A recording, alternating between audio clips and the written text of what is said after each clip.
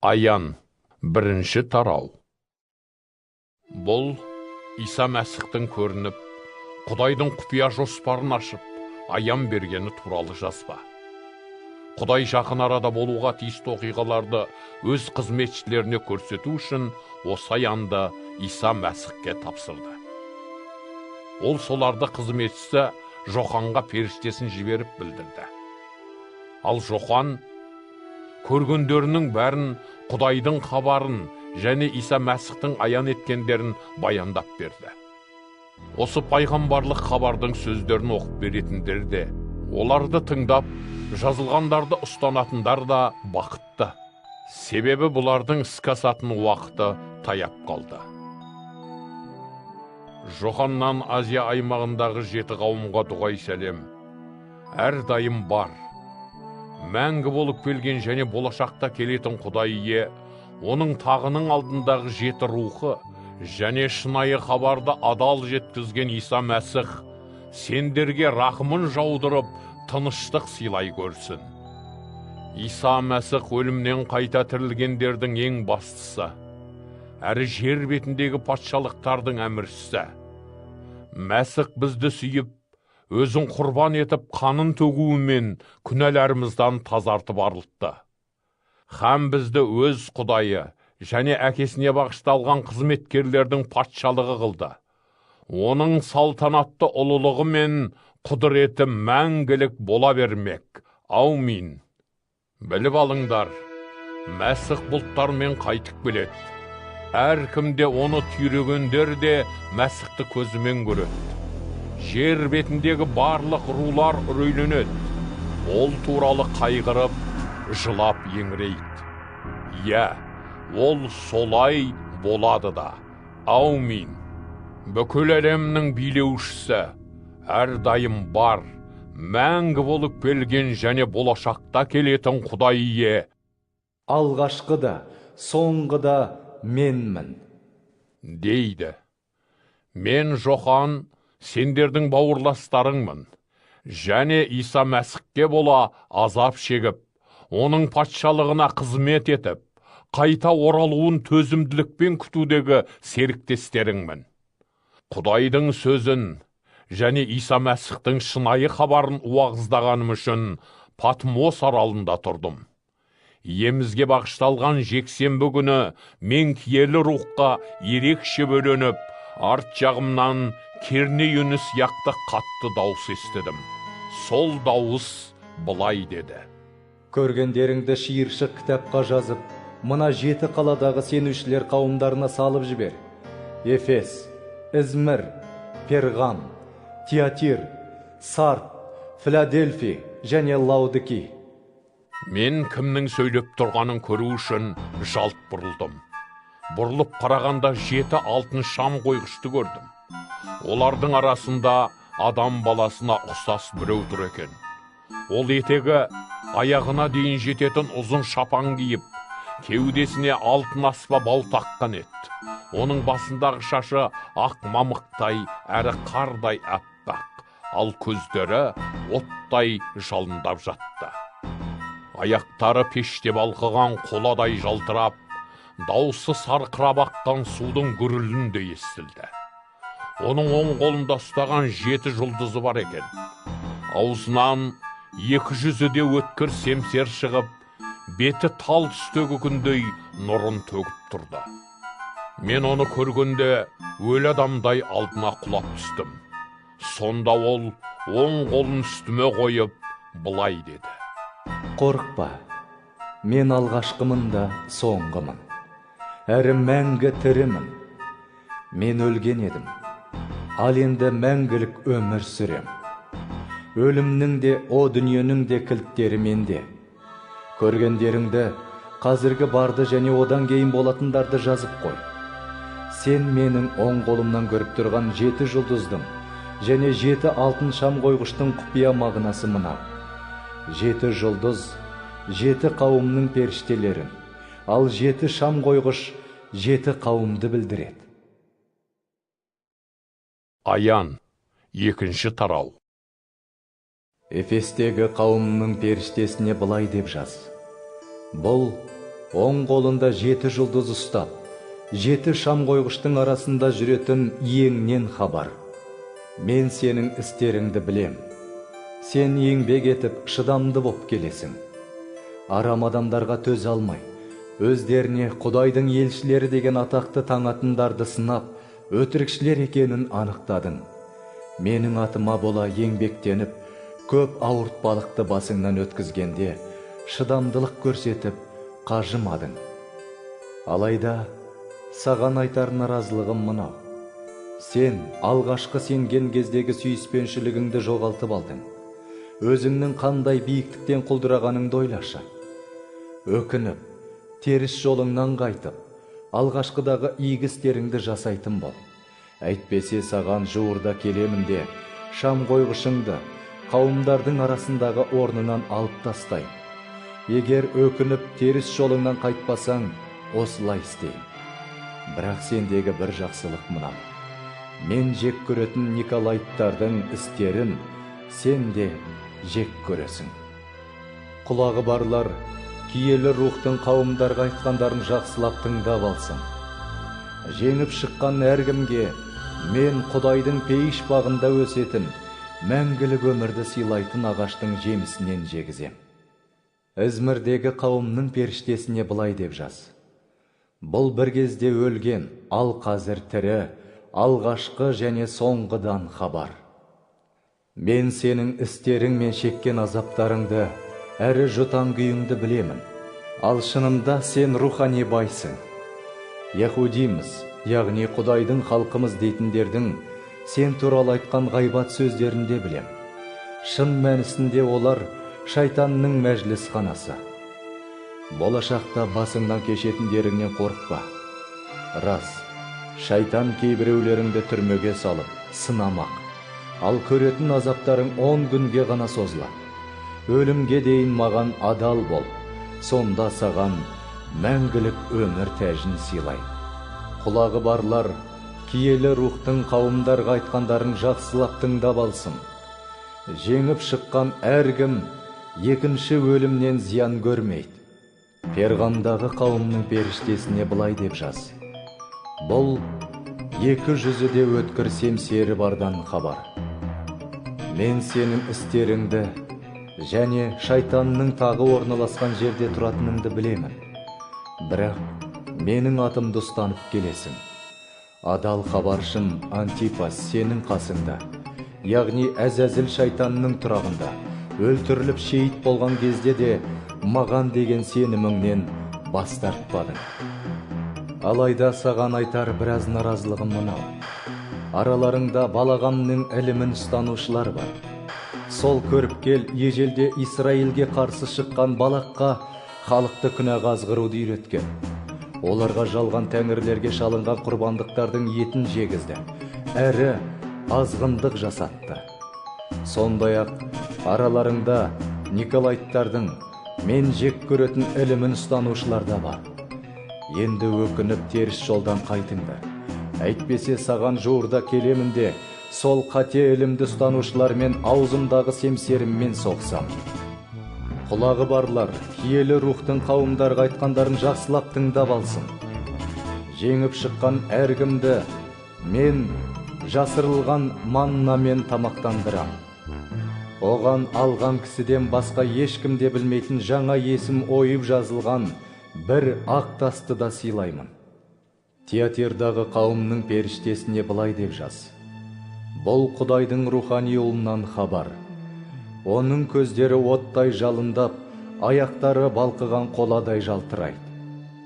Мен сенің не істегеніңді, сүйіспеншілігің мен сеніміңді, қызметің мен төзіміңді білем. Қазіргі игі істерің алғашқыдағыдан көбірек. Алайда саған айтар наразылығым мынау. Өзін пайғамбармын деп атайтын Изабель іспетті әйелге жол бересің. Ол менің қызметшілерімді азғындық жасап, жалған тәңірлерге арналған құрбандықтардың етін жеуге үйретіп адастыруда. Мен сол Изабельге өкініп, азғындық жолынан қайтуға уақыт бердім. Алайда ол қайтқысы келмейді. Біліп ал, мен Изабельді ауруға шалдықтырып төсек тартқызамын.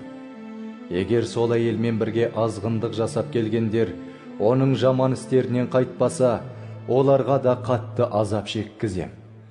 Оның соңынан ергендерді өлтіріп құртам. Сонда менің әркімнің жүрегінің түкпір-түкпірін тексеретін біреу екеніме барлық қауымдардың көздері жететін болады. Мен әрқайсыңның істеріңе қарай еселеріңді қайтаратын болам.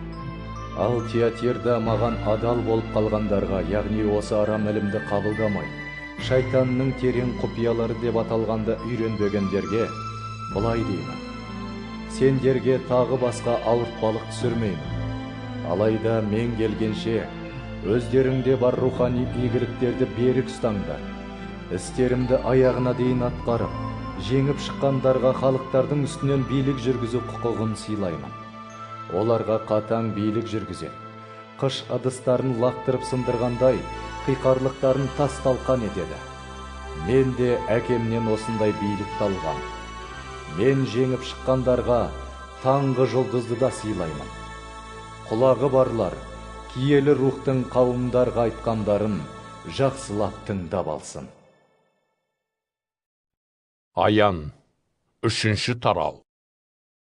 Сарттағы қауымның періштесіне былай деп жаз: бұл өзінде Құдайдың 7 рухы әрі 7 жұлдызы бардан хабар. Мен сенің істеріңді білемін. Жұрт сені тірі деп санағанмен рухани өлісің. Оян, өзіңде әлі де бар, бірақ жуырда өлмекші игі қасиеттеріңді нығай. Себебі сенің істеріңді Құдайымның көз алдында жеткіліксіз деп таптым. Өзің тыңдап қабылдаған шынайы ілімді есіңе түсіріп, ұстанып, теріс жолдан қайт. Ал егер оянбасаң, саған ұры сияқты сап ете түсем. Менің келетін уақытымды ешқашан біле алмайсың. Дегенмен, сарттағы сендердің араларыңда арамданбаған бір қатарың бар. Олар әппақ киім киіп, менімен бірге жүретін болады. Себебі олар соған лайық. Жеңіп шыққан әркім солар сияқты әппақ киім киетін болады. Мен оның есімін мәңгілік өмір кітабынан өшірмей, әкемнің және оның періштелерінің алдында ашық мойындаймын.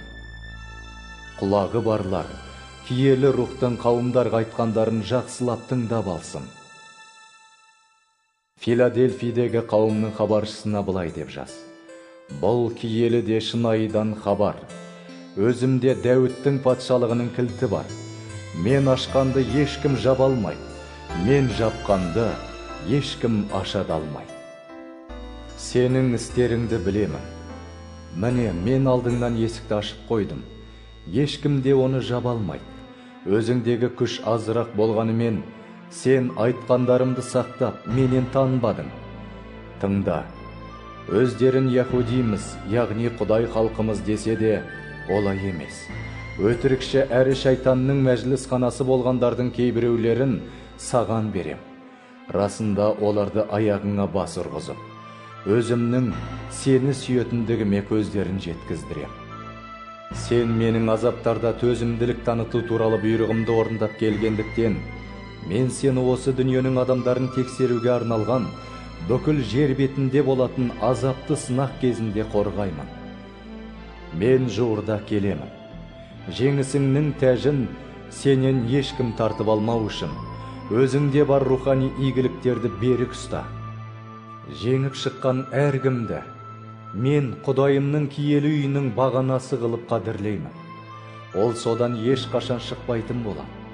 Сол жеңімпазға Құдайымның атын, соның қаласының атын, яғни көктен, оның қасынан түсетін жаңа Иерусалимнің атын және өзімнің жаңа атымды да жазам.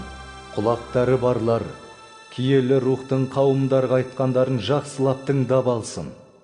Лаудикийдегі қауымның періштесіне былай деп жаз: бұл Аумин деп те аталатын Мәсіхтен хабар. Ол шындықты жариялап, шейіт болған адал да шынайы куәгер, әрі Құдайдың жаратылысының билеушісі. Мен сенің істеріңді білемін. Сен салқын демессің, ыссы демессің. не ыссы, не салқын болсаң ғой шіркін. Алайда ыссы демес, салқын демес, жылымшы болғаның үшін сені аузымнан түкіріп тастамақпын. Мен баймын, ауқаттымын, еш нәрсеге мұқтаж емеспін дейсің. Ал өзіңнің шынында сорлы бишара, рухани жарлы, жалаңаш әрі соқыр екеніңді білмейсің. Саған рухани байуың үшін отта балқытылып тазартылған саф алтынды менен сатып алуға кеңес берем. Масқара жалаңаштығын көрінбес үшін менен әппақ киімді алып киін. Сондай-ақ көр алуың үшін көзге жағатын шипалы майда сатып ал. Мен сүйетіндерімді әшкерелеп, тәртіпке шақырам. Енді ынталы болып, өкініп, теріс жолдан қайт. Міне, мен есік алдына келіп қағып тұрмын. Кімде-кім даусымды естіп есік ашса, мен оның жан дүниесіне еніп, онымен бірге дастархандас болам. Ол да рухани нәр алып, менімен тығыз байланыста болады.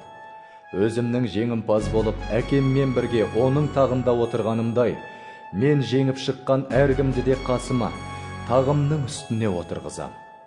Құлақтары барлар, киелі рухтың қауымдарға айтқандарын жақсылап тыңдап алсын. Аян, 4-ші тарау. Осыдан кейін қарап қалсам, көкті ашылған есікті көрдім. Мен бұдан бұрында естіген, кернейіне ұқсайтын қатты дауыс маған: «Мұнда көтеріл, саған осыдан кейін не болуға тиіс екенін көрсетемін», деді. Мен дереу киелі рухқа ерекше бөленіп аян көрдім. Көкте бір тақ тұрды. Үстінде біреу отыр екен. Отырғанның сырт көрінісі яспис, карниол іспетті асыл тастардай сәуле шашып, ал тақтың айналасын зүбәржаттай жалтыраған кемпір қосақ қоршапты. Тақты айналдыра 24 тақ тұр екен. Олардың үстінде ақ киімді, алтын тәж киген 24 ақсақал отырды. Тақтың тұсынан найзағайдың жарқылы, гүрсілі және күркірі шықты. Ал тақтың алдында 7 шырағдан жалындап жанып тұрды. Олар Құдайдың 7 рухының белгісі. Тақтың алды мөлдір кристалл іспетті шыны теңізге ұқсады. Тақты қоршай, оның ортаңғы баспалдағында 4 нөкері бар еді. Олардың денелерінің алды-артында көптеген көздері болды. Алғашқысы арыстанға, екіншісі бұқаға, үшіншісінің беті адамның бетіне, ал 4-шісі ұшып бара жатқан бүркітке ұқсас екен. Әрбіреуінің 6 қанаты болатын. Қанаттардың тұла бойлары да толған көздер еді. Олар күні-түні тоқтамастан: «Бүкіл әлемнің билеушісі, әрдайым болып келген, мәңгі бар және болашақта келетін, Құдай ие, қасиетті, қастерлі, киелі» деп сиынумен болды. 4 нөкер тақта отырған, мәңгілік өмір сүретін Құдайға даңқ пен құрмет көрсетіп, шүкірлік еткен сайын, 24 ақсақал оның алдына бас ұра жығылып, мәңгі тірі оған тағзым етеді. Олар тәждерін тақтың алдына сұнып, былай дейді: «Уа Құдай иеміз, сен даңқ пен ұлылыққа, құрмет пен билікке лайықсың. Өйткені бүкіл әлемді жаратқан өзіңсің. Сенің еркіңмен ол жаратылды, және бола да береді». Аян, 5-ші тарау. Содан кейін тақ үстінде отырғанның оң қолынан бір шиыршық кітапты көрдім. Шиыршық кітаптың екі жағына да жазу жазылып, ол 7 мөрмен бекітілген болатын. Сол кезде бір құдіретті періштені де көрдім. Ол қатты дауыспен: «Кім мөрлерді бұзып, кітапты ашуға лайық?» деп жариялады. Алайда көктен де, жерден де, жер астынан да кітапты ашып, оның ішіне қарау билігі бар ешкім табылмады. Кітапты ашып, оның ішіне қарауға лайықты ешкімнің табылмағандығына қатты қайғырып жыладым. Сонда ақсақалдардың біреуі маған: «Жылама, қара. Дәуіт патшаның әулетінен, Яхуда руынан шыққан арыстан жеңіске жетті. Оның сол 7 мөрді сындырып, кітапты ашып оқуға билігі бар», деді. Мен қарасам, тақтың ортасында айнала тұрған 4 нөкер мен ақсақалдар қоршаған тоқтыны көрдім. Ол құрбандыққа шалынғандай болып көрінді. Оның 7 мүйізі мен 7 көзі бар екен. Бұлар бүкіл әлемге жіберілген Құдайдың 7 рухын білдіреді. Тоқты барып, тақта отырғанның оң қолынан кітапты қабылдады. Тоқты соны қолға алған кезде 4 нөкер мен 24 ақсақал тоқтының алдына бас ұра жығылды. Әрқайсының қолында домбыраға ұқсас алтын аспап және түтетілетін хош иісті заттарға толы алтын табалар болды. Осы хош иісті заттар Құдай халқының айтқан мінәжаттарын білдіреді. Нөкерлер мен ақсақалдар жаңа мадақтау жырын айтып, былай деді: «Сен лайықсың кітапты қолың алуға, және мөрлерін бұзып оны ашуға. Өйткені құрбан болып қаныңды төктің. Сол арқылы әр ру, тіл, ұлт пен халықтан шыққандардың төлемін өтеп босаттың. Һәм Құдайға оларды бағыштадың. Әрі Құдайымызға арнап соларды жасадың. Діни қызметкерлер патшалығы. Олар жер бетін билейтін болады». Мен тағы да қарап, тақты, 4 нөкерді және ақсақалдарды қоршап тұрған мыңдаған, миллиондаған періштелерді көріп, үндерін естідім. Олар қатты дауыспен әндетіп, былай деді: Құрбандыққа шалынған тоқты, билік пен байлықты, даналық пен құдіретті, құрмет, ұлылық пен дәртті алдауға әбден лайықты. Көк пен жердегі, жер асты мен теңіздегі, яғни бүкіл әлемдегі әрбір тіршілік иесінің бұлай деп ән салған даусын естідім: Тақта отырған және тоқты, дәріптелу мен құрметке, ұлылық пен құдіретке мәңгі бақи лайықты. 4 нөкер деп жауап берді. Ал 24 ақсақал жерге бас ұра жығылып, мәңгі тірі жаратқан иемен тоқтыға тағзым етті. Аян, 6-шы тарау. Содан кейін мен тоқтының 7 мөрдің біріншісін сындырып ашқанын көрдім. Сол кезде 4 нөкердің біреуінің күннің күркіріндей қатты дауыспен «Аттан!» деп шақырғанын естідім. Қарап қалсам, алдымда ақ боз ат тұр екен. Ат үстіндегі қолына садақ ұстап, басына жеңімпаздың тәжін киіп алыпты. Ол өзінің өктемдігін орнату үшін елдерді жаулап алуға аттанды. Тоқты 2-ші мөрді сындырып ашқанда, 2-ші нөкердің де «Аттан!»